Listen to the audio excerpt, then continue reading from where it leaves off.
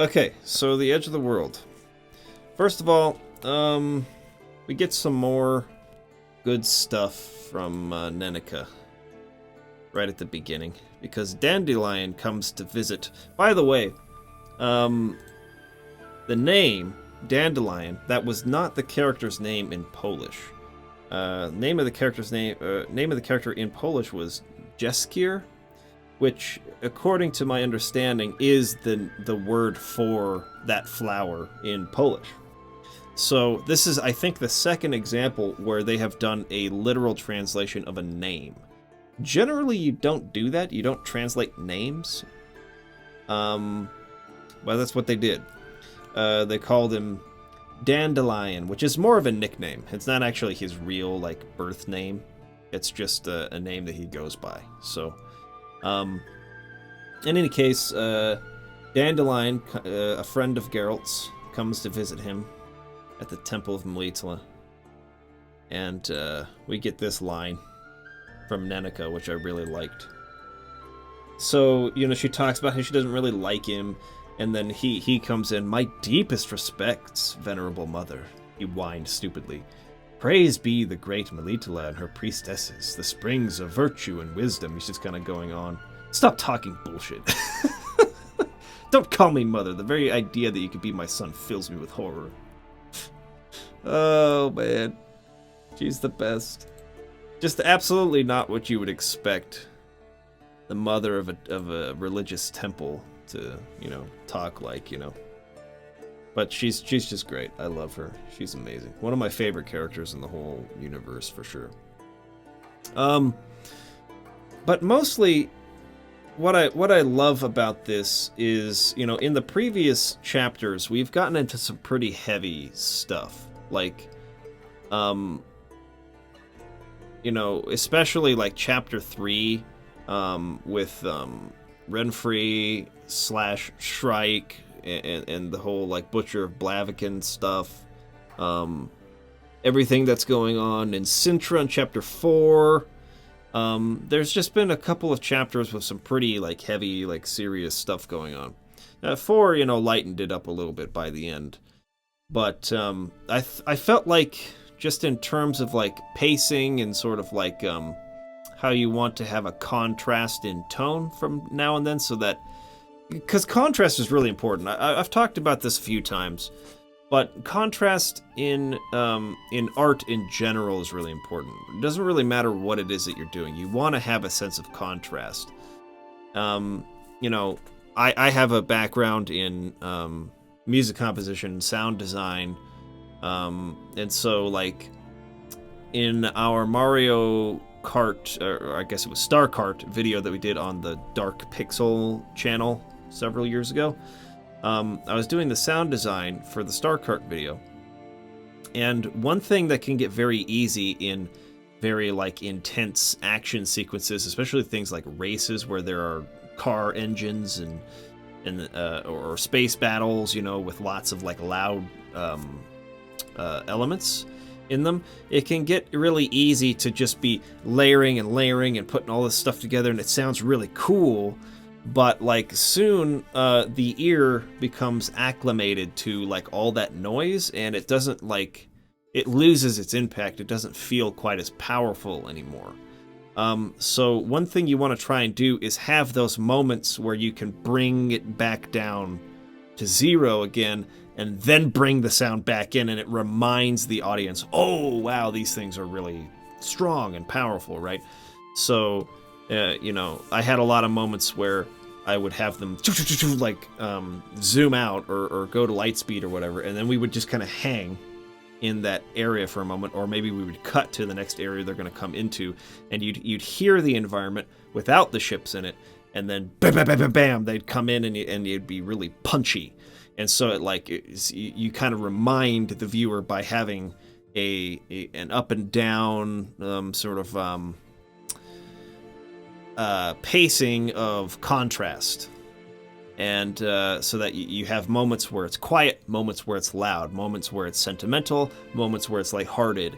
And it's good to sort of like go back and forth, because if you have just one note or one tone all the way through something, that can people, it kind of becomes boring, and it starts to lose its impact if people are just constantly only experiencing one thing.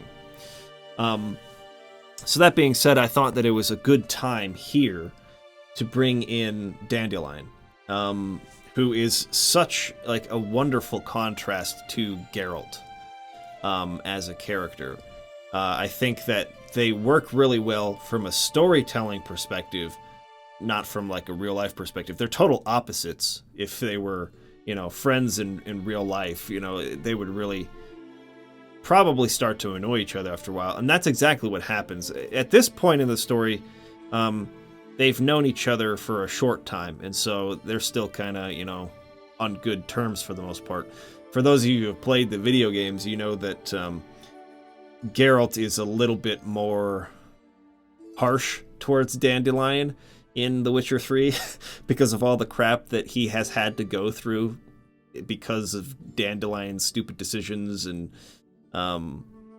but at this point in the story, they are just really getting to know each other still. But from a storytelling perspective, because of the sense of contrast they create in each other, you have some really natural moments for some good humor, which I think the story needed at this point. So, big fan of that. I'm going to check for the Casons. He just says he can't make it today. Okay. All good. So I liked that a lot. And they kind of introduce him as a womanizer, getting himself into trouble. He and Geralt sort of had to flee from a bad situation, and they go to the edge of the world, a place in the far north. And so once there, Geralt's looking for work, looking for monsters to hunt for money so that they can, eat and have a place to sleep and that sort of thing. And they stop in this village. And one thing that I really liked about this village, well, just about this whole chapter in general. First of all, he does a good job of setting things up for the story. So he doesn't spend more time than he needs to on anything, but he does do a good job of really setting up things contextually that at the end they pay off really well. One of those was how in this area everything just grows really easily. Farming is really easy in this area. It's just a bountiful area, and seeds really sprout easily and that sort of thing. That's one hint he sort of drops towards the beginning, as well as a couple of other things too. But I found that he did a good job of pacing information in a way to he put it into a scene, usually had some good comedy, some good banter, some good character work, but slipping in information you need to know that is going to be paid off at the end of the chapter. That really stood out to me here. I thought that he did that really quite well. Walrus says the landscape as they get to the town is awesome. Hemp fields, yeah. But another thing that I really liked about this chapter too is that it so far in the story we've had chapter 1 is kind of just all about introducing Geralt as a character. A little bit about Witchers in general and kind of what they do. It's a good introductory chapter to the character and who he is and what he does. Chapter 2 sort of introduces us to this concept of we had the curse in the first chapter as well, but just the variety of different monsters that there are, kind of how magic works in this world to some degree with, love and blood and how those can be worked into curses and that sort of thing. We get more of the philosophical side of Geralt and the morally gray sort of nature of the world in chapter 3 really strongly. Chapter 4 sets up huge events and characters for the main story that's going to be coming up. And this one, I think did a good job of like rooting the world itself and making it feel like it has some rich history to it without like getting like Silmarillion-esque about it. You know what I mean? Not like digging into every gritty detail of everything that's ever happened, but it did a good job of setting up and making the world feel like it's been lived in for a long time and that it has different cultures and that sort of thing. And I really liked, first of all, the way that these villagers spoke, which was very different from any of the other characters we've met so far, like their sort of like method of speech, the way that they talk. But on top of that, they have this oral tradition where they have like a matriarch who memorizes all of this stuff in this ancient book that's written in like old elvish runes. And nobody can read this book. They just have essentially like a matriarchal figurehead who is trained to memorize like the important parts of that book, right? And it's all about monsters. It's all about, well, I'm sure it's not just monsters, but just knowledge that the people of that area probably needed to know, that was recorded in a time like more than 300 years before now.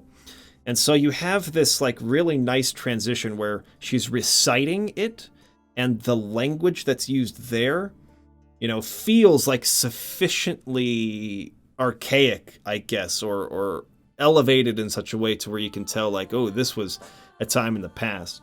And let's see if I can actually find the passage about witchers that was in it. I really liked this moment specifically, right? Because he goes there and they say they want him to hunt this this devil. They call him a diavel, kind of like their, you know, accent on it or whatever. But witch man, there, and so he goes out.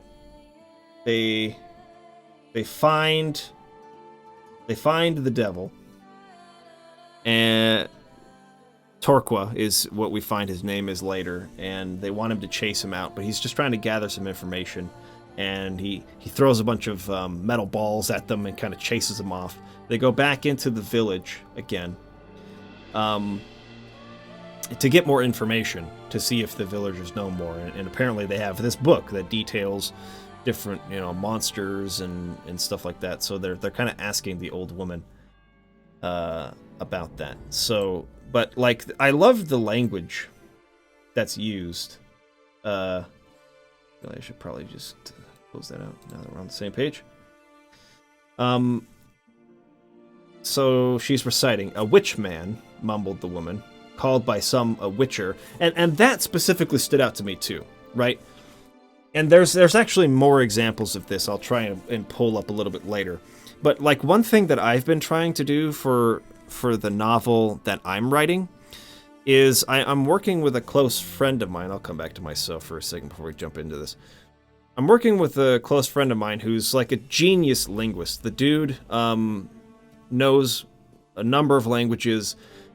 He can translate Viking runes, and he's a freaking beast. So he decided to help me out with creating an original language for the world that I'm writing.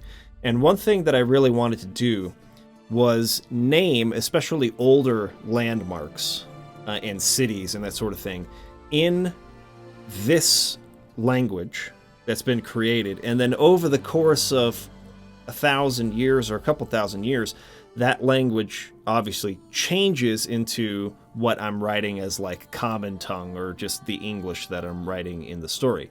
And so the way that, you know, names, like place names and things of that nature, the way that the language sort of evolves or changes over time, sort of like informs a consistency or a continuity in your world for how things are called and how they're named. And there were a couple of really good examples of this that felt really natural. You know, over the course of 300 years, you could see how something called this became called this. In one such case, calling them witchmen or witchman, that turns into later like witcher. Called by some witcher. So, a witch is generally a female sorceress, So witcher being like the male version of that, and, witchman.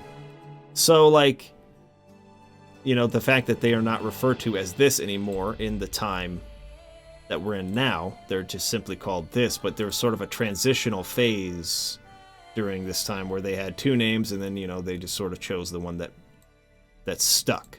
And, there are some other good examples of this later, too. But anyways, the language that's used in the book I thought was really cool. A witchman, called by some a witcher, to summon him is most dangerous, albeit one must. For when against the monster and the vermin there be no aid, the witchman can contrive. But careful one must be. But careful one must be to touch not the witchman, for thus the mange can one acquire, and lasses do from him hide away. For lustful the witchman is above all measure. Just sort of like the flow of this language. Though the witchman greatly covetous and greedy for gold be, giveth ye not such a one more than for a drowner 1 silver penny and 3 halves, for a werecat silver pennies 2, for a plumber. Anyways, you kind of get the point I'm going at. But the two things I liked about this: one, sort of showing like this natural evolution of the language and culture from this time 300 years ago to now. But two, kind of showing how long witchers have been around.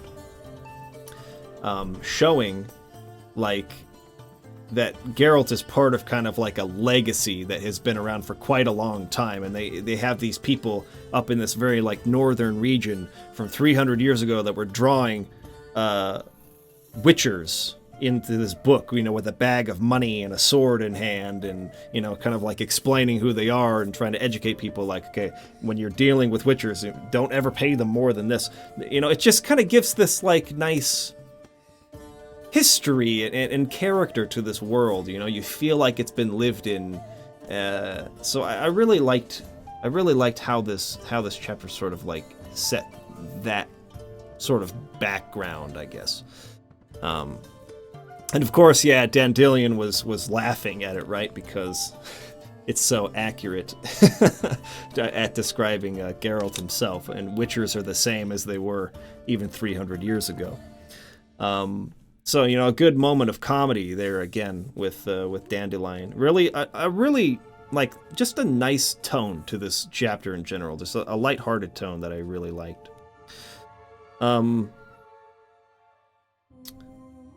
So then I made a note about the elves, right? So Geralt goes back to try and reason or talk with Torqua, the devil, and or the Sylvan, I should say, is the proper name for it.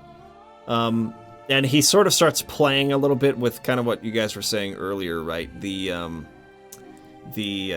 Riddles in the Dark chapter of The Hobbit, and you think maybe he's gonna be going there and doing like a riddle game. But let's just actually turn to that page real quick, because I really loved how it sets it up as if he's about to do that. And then he's just it just embodies so well like the character himself, and sort of just like how this world is, how this is different, really. It sort of just like establishes how different this is from more of a traditional fantasy story like The Lord of the Rings or something like that, or The Hobbit, right? So he reads he recites the riddle here. What's going on here? Well, what is it? Guess. I haven't the faintest idea, the Witcher said, not even trying to think it over. Sweet pea, perhaps? Wrong. You lose. What is the correct answer? What has moist pods? Cabbage. Listen, growled Geralt, you're starting to get on my nerves. I warned you, chuckled the Sylvan. The riddle wasn't easy. Tough. I won, and I stay. And you leave. I wish you, sir, a cold farewell. just a moment, the Witcher, and then eventually he just like jumps after him. We're gonna play a game called Don't Do Unto Others, right? What you wouldn't, what not have them do to you. And then he basically just starts fighting him. So I liked that. I thought that was funny and just kind of like a clever sort of play on that. And you know, I don't know. It just really worked for me from a character perspective for Geralt there.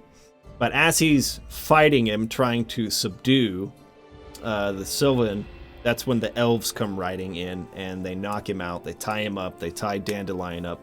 And when they come to, basically, they've been captured by these elves. And so it's revealed that Torqua was stealing grain. Because that's another thing they mentioned. One of the other things I was talking about with setup, earlier in the chapter, there's like, he's taking all of this stuff and it's like, he doesn't eat it, so we don't know why he's taking it. Why are they giving him seeds? He's not eating seeds. Why is he stealing all this grain? He's not eating it. Like, what is he using it for?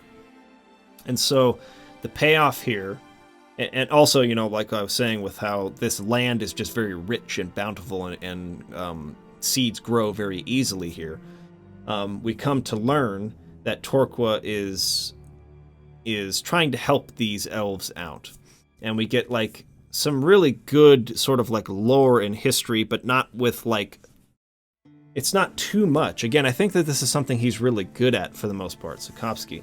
He gives you just the right amount of information that you need to like understand the idea, understand how the characters feel, where they're coming from, but without like writing pages and pages and paragraphs of like explanation for, exactly all the details of what's happened.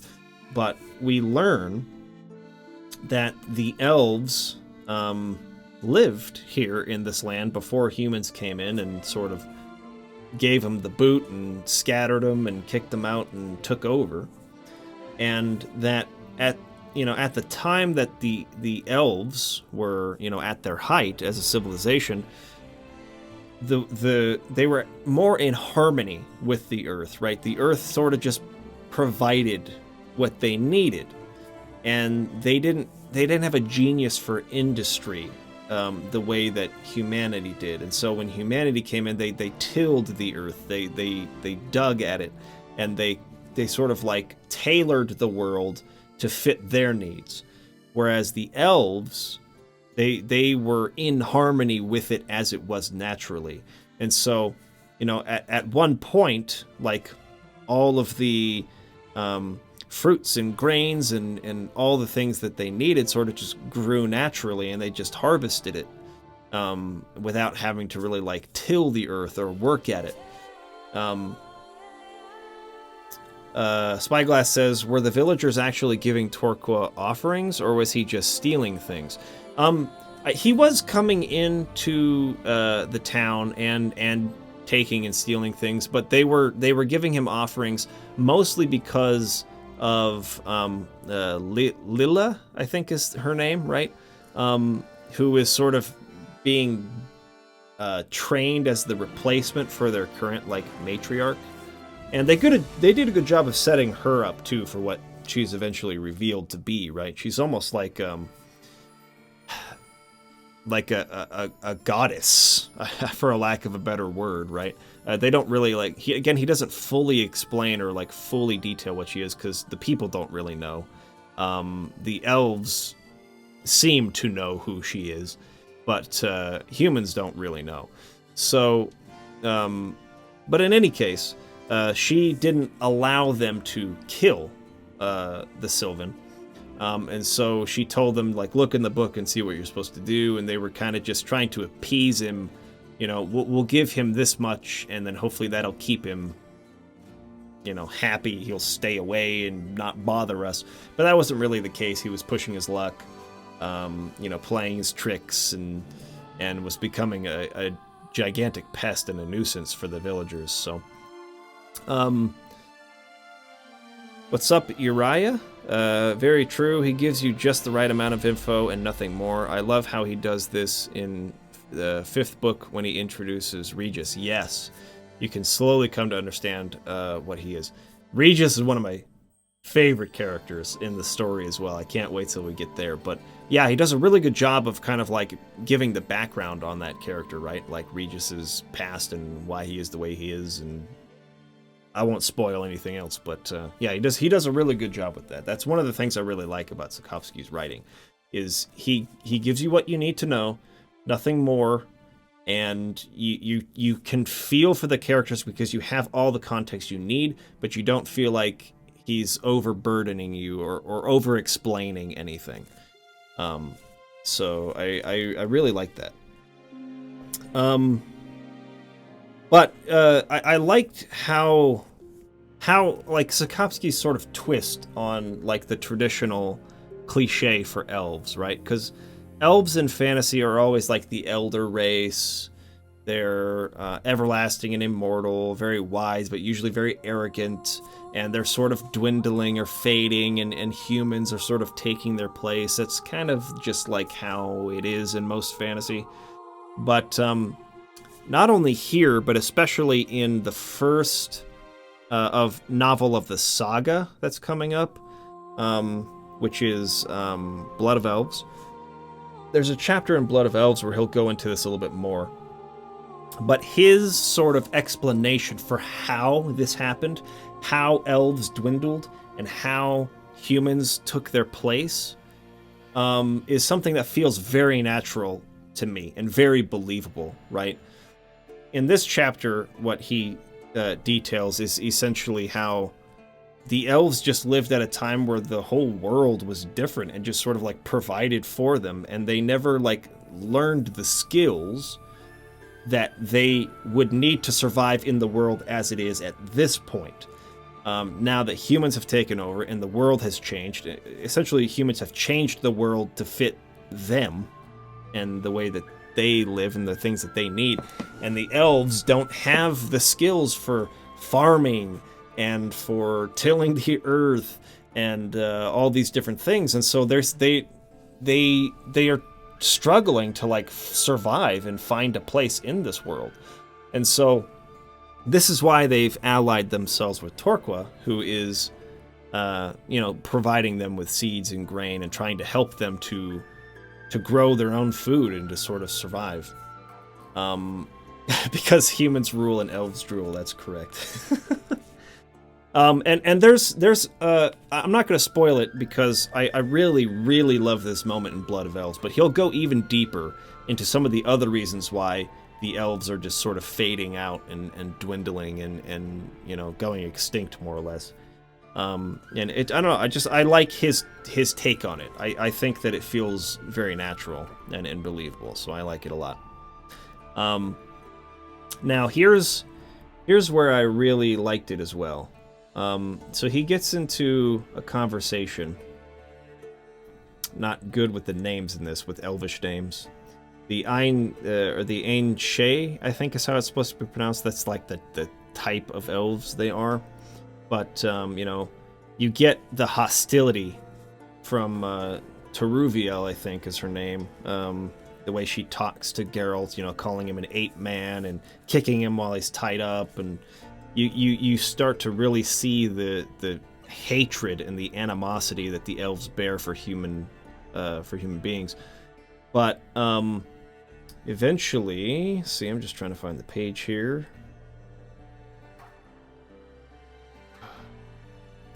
It was something with an F. Phaland something or other. Where was it? Oh. Yeah, this is while... What is his name? There it is. Filavandrel. Filavandrel is his name.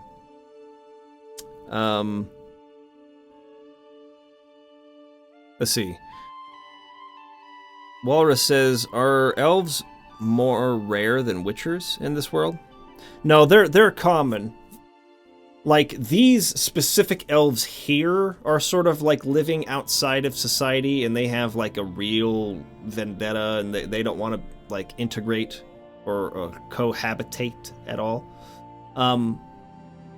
But there are other elves who are part of society, and they live in the cities, and even as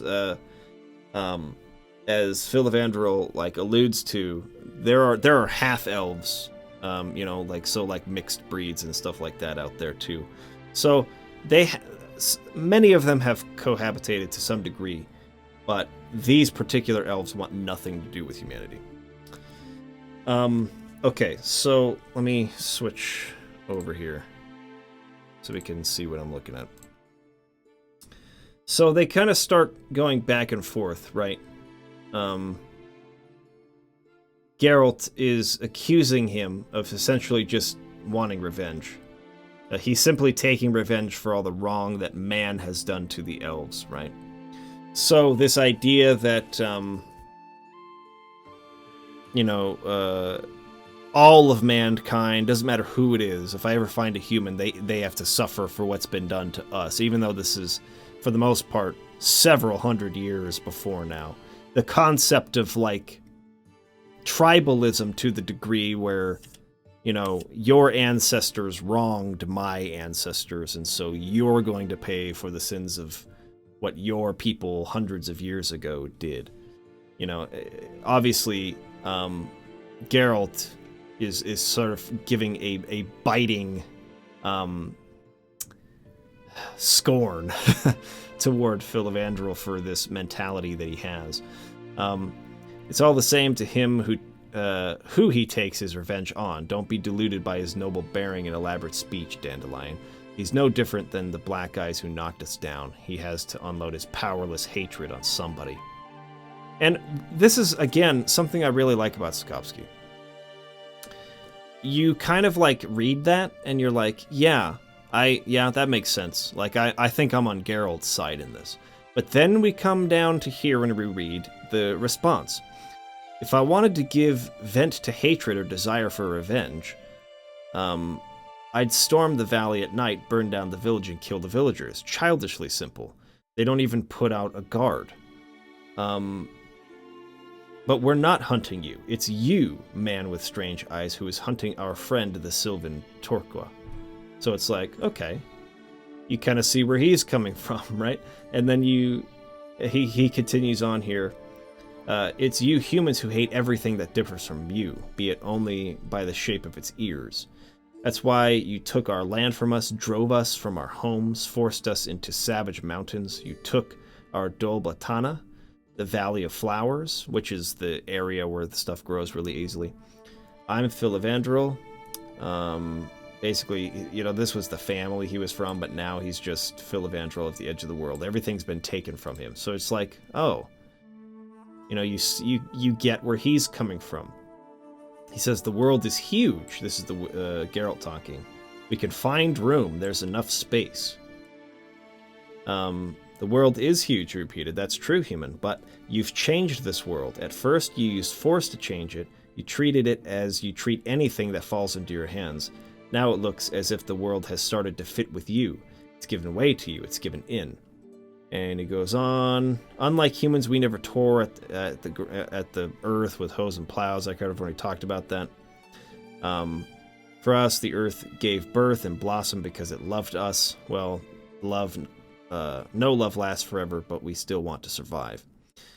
So he says, instead of stealing grain, you can buy it as much as you need. You have things that we consider valuable. You can trade. And this was very revealing for Philivandrel for me. With you, never, right? So, like, he's coming off as if, like, they've been so wronged, and, how dare you even, like, suggest that I'm just blinded by revenge and that sort of thing after, this is what you've done to us, and we're just trying to survive. And Geralt is like, well, just trade, like find a way to survive, essentially. And his response to that, to me, was very revealing. Never. I will, absolutely never. I will never compromise. I will never, ever, ever trade with you. And so, that to me was striking. It was like, okay, he just kind of played his hand there, right? It really is about revenge. And I really like how that was revealed. It was simple, it was subtle, but it was like, yep, that's exactly where he's coming from. And so then you kind of turn away from this character, and you're like, nope, I think Geralt's right. The devil with you then in your arrogance and contempt. By refusing to cohabit, you're condemning yourselves to annihilation. To cohabit, to come to an understanding, that's your only chance. And you're like, yeah, that's very reasonable. Like, the way the world is neither the fault of Geralt, who you're taking this out on right now. He wasn't the one who changed it into what it is, nor is it Filavandrel's doing. You know, these individuals are not the reason why this has become the way it is.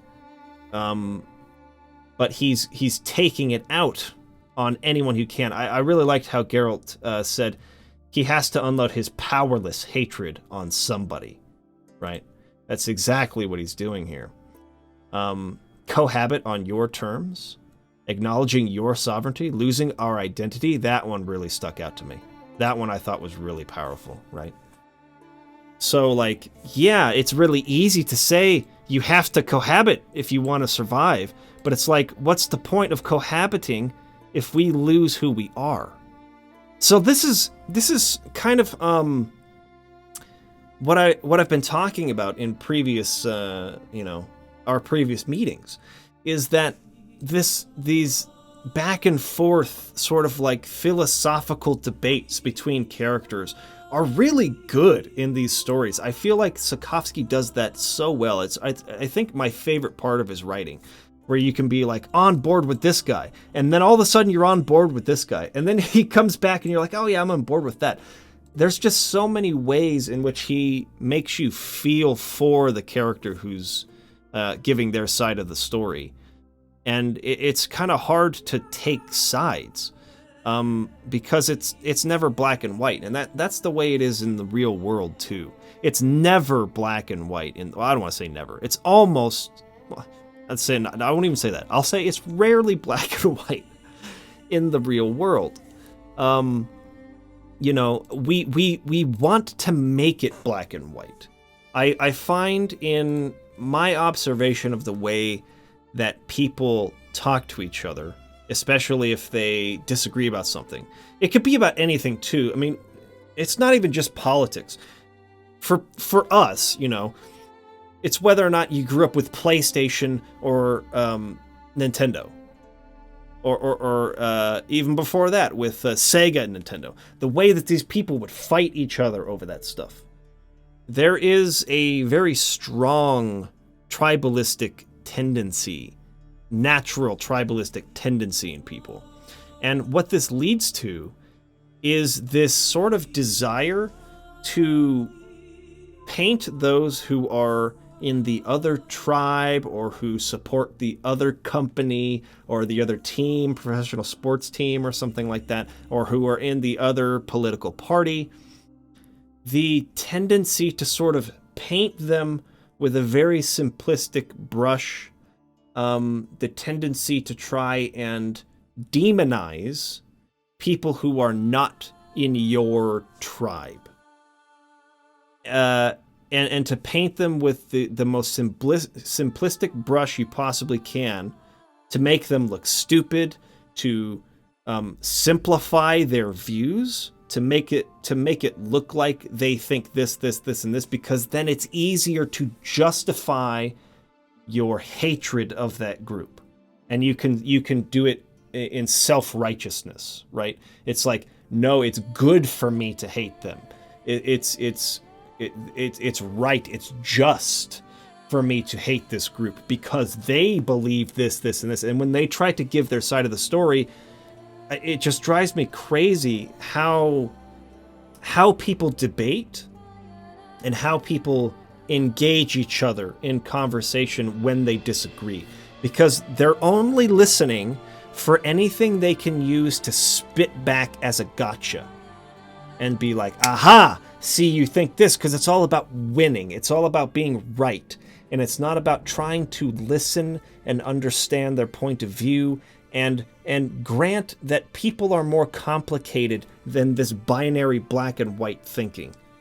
And Ch.5 captures that so well in these debates between the characters. You don't just paint Filavandrel as evil, right? He's not an evil person. What he's doing here is wrong, essentially, but Geralt has done a lot of things that are wrong throughout the course of this book. Every character has big flaws and then strengths, things that make them good people and things that, you know, are questionable. And that's the case with all of us. None of us are perfect, and all of us have very complex reasons for becoming the people that we are, for supporting the causes that we support, and for believing the things that we believe, and for fighting for the things that we think are important or necessary. And it is something that's been on my mind and in my heart for so long now.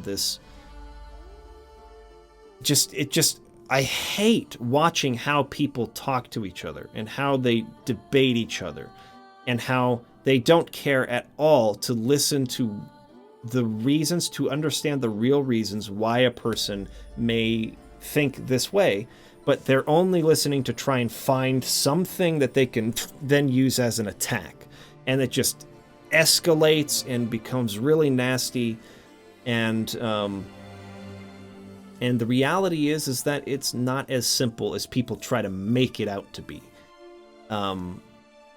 Dude McGuy says, people establish their identity in their tribe, hobbies, philosophy, etc. So if someone points out flaws in those things or challenges them, people feel like they're being attacked personally. Absolutely. Restless Oblivion says, Filavandrel's speech here also reminds me of Agent Smith's humans are virus speech from The Matrix. Yeah, I think that you're right on with that. It's purely practical for Filavandrel. Yes, Spyglass, yes. He's not doing it. He I think he's actually correct in at least his intent, right? Because he says, I'm not doing this for revenge. I'm not doing this because I hate humanity. I'm doing this because it's practical. Because if I let you go, then you're going to bring more people out and they're going to kill me and my people. So it's purely practical that I have to kill you. And I think he wants to believe that that's the case. But Geralt, I think, points out, and again, this line right here sort of gives him away. You know, you can trade, says Geralt, and he says, with you, never. He goes on to say, talking about cohabiting, losing their identity, that sort of thing. Where is it?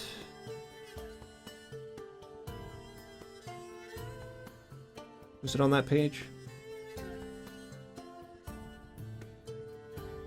Cohabit with your women and hang for it. I liked that line too. Cohabit with your women and hang for it. If they actually have relationships with humans, then they can be killed for that. They're persecuted severely. How do you find cohabiting with neighbors with whom, after all, you differ somewhat?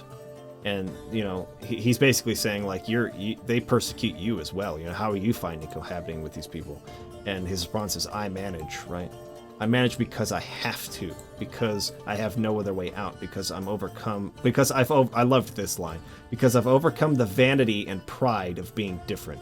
I understood that they're pitiful defense against being different, because I've understood that the sun shines differently when something changes. But I'm not at the axis of those changes. Loved that line. I'm not the center of the universe. The world doesn't owe me anything. I cohabit because that's what I have to do to survive, right? I'm not vain enough and prideful enough to think that I'm special and that I'm owed something. Like, part of me really, sympathizes with that perspective.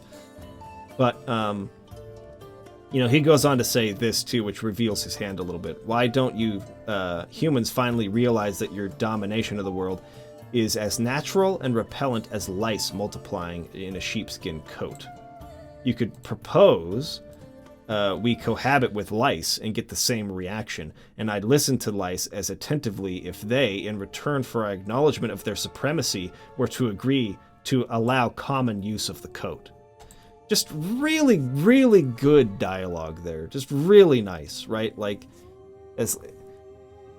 I don't know. It makes it's such a complex situation, and there is no simple answer to it. There is no black and white answer to it, and you can understand where both of these characters are coming from, and so you don't know where to side, but you do know that Filovangel's wrong for killing them, but he's not evil. It's just, I love the complexity. I love the character complexity. It's very good, and it's my favorite part of all of Sapkowski's writing. He does a great job with that, with his characters. So, all of that was fantastic. It kind of comes to a head. Obviously, they're not going to get anywhere, and they're going to shoot them. Actually, what I really liked before I get to there, was how Geralt tries to save Dandelion, right? He says, spare him at least. No, not out of lofty mercy, out of common sense. Nobody's going to ask for me, but they are going to take revenge for him. So he's trying to get him to let Dandelion go. You judge my common sense poorly. If he survives, thanks to you, he'll undoubtedly feel obliged to avenge you. And of course, Dandelion comes in with, you can be sure of that. You can be sure of that, you son of a bitch. And then Geralt's just like, how stupid you are, Dandelion, you know? Again, just good character. And as soon as something starts to get a little heavy here in the chapter, he inserts a nice little bit of contrast there with some humor with Dandelion. Which is why I love the Dandelion character. And it's so perfect as a compliment, so to speak, to Geralt. And why there's going to be so much good contrast between the serious, heavy moments and the lighthearted, funny moments in the story moving forward. Really, really good idea when your main character is sort of like the anti-hero archetype, who's moody, cold, a little more serious, to bring in a side character who can bring some levity into the story. It's always a very good idea to do that. Dandelion is perfect for that. So anyways, they're going to kill him. The Sylvan comes to their defense, argues for a while, and then Lilla shows up, but in her true form. And this is kind of what I was talking about earlier, too. They call her Dana, I think it's Meath, like a kind of like a TH sort of sound on the end of this, Dana Meath. Obviously, the elves have great respect for her. She was everlasting, as they describe it. She's been one with the land for a long time in these parts. Obviously, you know, they not necessarily worship, but just have tremendous respect and veneration for her. And she comes to their rescue there at the end, convinces them through more or less telepathic communication, you know, to let them go. They decide to do that. They kind of come to an understanding themselves, you know. When all is said and done, it's like there's all this hate in your heart. But when you have the correct perspective, when someone comes in and provides the correct perspective, it's almost, you can look back on what all that hate, and it's kind of just silly what you were doing, right? And I think that, I don't know, it's hard to put into words, but I see that just the tension that people have in the political climate and in all other areas, and it's like, this is actually a theme I'm trying to work into my story too, because this has affected me so much on not just the national level or just even the local community level, but even on the familial level. In my own family, I've seen this so often where people are having feuds and they don't talk to each other for years, and you know, me, I've always tried to be kind of a mediator in my family, and I can see the perspectives of both sides, and I see how good both people really are, right? They have their flaws, again. They have their weaknesses, but the intent of the person generally is not evil. And I can see that, but they can't, when they talk to each other, they cannot look past these petty issues. And as soon as you can do that, though, as soon as you can finally break through to someone, and they can sort of look past that, and you let go of the sort of the burden of hate, that is controlling you and driving you. It's so easy to just like see the person for who they really are, and I felt like he did a really good job of sort of showing that here towards the end, with Filavandrel talking to Geralt here towards the end as they ride off. No, but I also really liked, again, they come back and he's reading. He took the book off of the villagers, and so he's reading the entry about her. Glimpsed she may be, he began, during the time of summer, from the days of May to June. See this though? You see how the word like summer is spelled? You see the words May, June. Like you can see how it's like the language was in a sort of in a transition at the time he's reading this, right? And so like up here, they called her Dana Maybe, right? And of course she was called Dana Mead with the elves. So there's sort of this, again, like evolution of language from this, which is what she was in the ancient tongue, to this that they called her, you know, before. And anyways, all of this kind of stuff really gives the world like a sense that it's lived in, that there have been cultures that have evolved over time. And he's established that so well without having to write the Silmarillion for his world, right? Without having to actually detail exactly what's happened in the entire history of this world and write original languages for this world and build those cultures in every single detail the way that Tolkien did. Without having to go that far, he has still successfully gotten me to believe in the rich history and in the cultures of this world. It feels believable and lived in, you know. And so I think he did a great job with that. So in any case, that is the end of chapter 5. And I liked it quite a lot. So let me know what you guys thought. What were some of your thoughts? Things maybe I didn't touch on for this chapter. What did you like? Maybe what did you not like? Let's get into it. Restless Oblivion says, I thought him reading her description from the book was a clever trick by Ch.5 to hide the exposition explanation of Lilith. Yes, I agree with that. And why things turned out the way they did. Disguise is a better word than hide. Rob says, so did Geralt ask for the book as his price for doing this job before he even did it? Before he did it? I don't know. That is a good point, though. It's possible that he did use it as sort of like his pay, or at least maybe a portion of it. I could totally see that, because that would be a book he'd be very interested in having personally. It would have a lot of information about monsters and stuff that would be useful. Real Dracula says, is this chapter a precursor to Blood of Elves? Just asking based on the title. In some ways. I don't know if you've been here for the entire discussion so far, but I was talking earlier about how Ch.5, his sort of like take on the dynamic or the relationship between elves and humans and the earth. He sort of sets up some of that here, but he'll get into it more in Blood of Elves. The book Blood of Elves is not about elves necessarily. It's about a bloodline, which, you know, we'll learn more about later, but like a power that's carried through a specific bloodline. So which is why the book is titled Blood of Elves. But there is a really good chapter that touches on like how the elves are dwindling, why they're dwindling, why they're going extinct as a race. That sort of like elaborates on some of the things that he introduced in this chapter. So there is some good stuff in Blood of Elves along that line. But the book is not primarily about that, if that makes sense.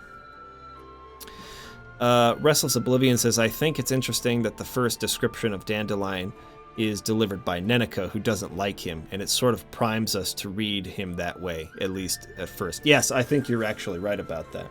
I think that you are supposed to at least very early on, understand that Dandelion has some character flaws. He's a bit of a troublemaker, a little selfish at times, but you see that his heart is in the right place. He's just kind of a dope, right? Kind of, he doesn't think things through all the time. He's not stupid. He's well educated. Studied at Oxenfurt, was a lecturer, a professor at University of Oxenfurt. Obviously writes poetry and is educated, like formally educated, but doesn't have like the real world common sense that Geralt has, right? Who is base-born, doesn't have the formal education, but is much cleverer, much smarter in terms of like his level of common sense. So, Spyglass says, I really enjoyed the conversation between Geralt and Dandelion, saying people like to invent monsters to make themselves seem less monstrous. Yes, that was a great passage, actually. Thank you for bringing that up. That was an awesome passage. I really liked that. Dude McGuy says, what a great quote. Rob says he's a spooky bard. Spoony bard. Yes, he is a spoony bard. That's correct. Dandelion's great, and we'll get a lot more of him in the future, too. He's going to be a very important reoccurring character. He's actually going to be in the next chapter, too. And we'll start to see Geralt's, I don't want to use the word souring, but I can't think of anything better. His souring towards Dandelion, but sorry, I get the pronunciations wrong because the audiobook reads it as Dandelion for some reason. I don't get it. But his souring towards Dandelion in the next chapter, you'll start to see, like, they butt heads a little bit more, and that sort of becomes more and more common as the story continues. Spyglass says, why did Geralt first enter the hemp grove with Torque with no weapons? Because he had no intention of killing him. He just wanted to learn more information. You'll find that Geralt is actually, for the most part, like a very thoughtful character. He doesn't just, aside from the first chapter of the book where he just sort of like indiscriminately killed those two guys in the tavern, that was very out of character for him. But again, it's because that was the first story that Ch.5 wrote, and he probably had different ideas about the character in the world at that time. And it wasn't until later, I mean much later, he just submitted that one chapter into a magazine for a contest. But he decided to continue building on that character in that world, and eventually wrote this, set of short stories and sort of tied them all together. And I think that he sort of like found who the character was later on. But he's not a cold-hearted killer like that, especially for creatures that are not actually dangerous. And so he wanted to look into, what this creature was and what threat did he really pose and what's really going on here. He distrusted the story of the villagers. He's very wise in that way. He doesn't just believe or take anyone's word, at face value. He investigates it. And so, he was confident that this was not going to be a dangerous creature. And so he didn't go in there intending to kill it. Restless Oblivion says, do you know if all those stories written separately for magazines and such, or just the first one? I think it was just the first one, if I'm not mistaken. And then, he might have published them separately. I don't know for sure. I'd probably have to look into that. But all that I'm sure of is that the first chapter was the one that was submitted for a contest. But I'm not sure if he did that regularly, just kind of like published each story individually, and then decided later on, I'll compile this into one volume. That sounds like it's probably true, but I'd have to look that up. I'm not sure exactly. Real Dracula says, since I listened to the audiobook only, that's how I'm always going to pronounce Dandelion's name. Here's the problem, though, Drake, right? Because he'll pronounce his name Dandelion for like the first 3 or 4 books, but then the video games came out, and then while they were still translating some of the books in English, and his pronunciations of characters and places in the story became informed by the pronunciation in the video games. So he changes his pronunciation of Dandelion's name, I think in like book 5 or something like that, and starts calling him Dandelion. I think also the Skellige Islands, he changes his pronunciation of that. I think he calls them the Islands of Skellige or something like that, Skellige. But it's Skellige in the video games, and so he's adjusted his pronunciations in the audiobooks to fit or be to have continuity with the video games, I think. Gonna make a straw poll here for the next book because I want people to vote on it. Like we'll vote on it tonight, and I think I'll try to get this uploaded to YouTube tomorrow too, so people can vote there. And I think I'll try to make a decision, if not tomorrow night, then the next night, so people will have enough time. Anyway, so people have enough time to buy the next book if they want to get like a physical copy of it. So I have my list of suggestions here. I'm not going to put them all in there, but I will put the ones that I think are good choices. That's it for today, everybody. Thank you for joining me. It's been a good time. Vote. Vote. Let people in Discord know that they need to vote too, and we'll decide. I'll try and decide on which of these books we're going to read next. If not by tomorrow night, then by the following night, so that everyone has the opportunity to buy a book if they need to do that. So they'll have more than a week, essentially, to prepare and get the next book. So that as soon as we're done with book club next week, which will be the final chapter of The Last Wish, which is called, fittingly, The Last Wish, which is the final chapter. Once we finish with this next week, we can just jump straight into the next book, make our assignments the following week. So this week, finish The Last Wish, and we will decide what we're going to read very soon next. Ooh, The Name of the Wind just got another vote. All right, anyways, you guys are awesome. I'll see you again very soon. I'm going to try and stream a little bit more this week. I'm maybe bringing Final Fantasy Friday back. Maybe. Maybe. We will see. If it's not this Friday, it will be the next Friday. So, anyways, have a good one, everyone. See you next time. Peace out.